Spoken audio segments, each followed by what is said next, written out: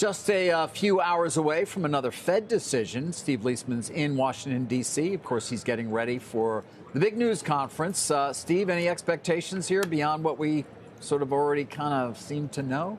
Well, I think things are changing as we speak, David. Dramatic announcements from the Trump administration in just the past 24 hours when it comes to federal workers and spending have underscored the Fed's expected decision to pause and wait for greater clarity before considering additional rate cuts. The Fed's already had to weigh the effects of potential tariffs, tax cuts, deregulation, and deportations. Now it's got to fold into the mix a potential decline in government spending, some portion of 2 million federal workers looking for jobs, unclear about any of that. The federal workforce, ex-census and postal workers, it's 15% of all jobs out there. In 2023, federal spending, ex-defense and Medicare, they were 12% of GDP. Potential major changes to both. It's got to figure into the Fed's thinking about the macro economy. So keys to the Fed outlook today will be whether the Fed chair and the Federal Reserve itself affirms this direction of rates still being down, expresses confidence that inflation, they think, is still headed to the 2% target.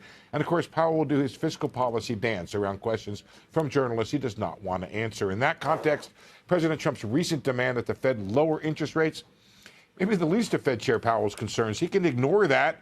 What he and the Fed can't ignore is what might be coming from the Trump administration the next couple months, trying to figure out what it all means. Could come in the next couple days or the next couple hours.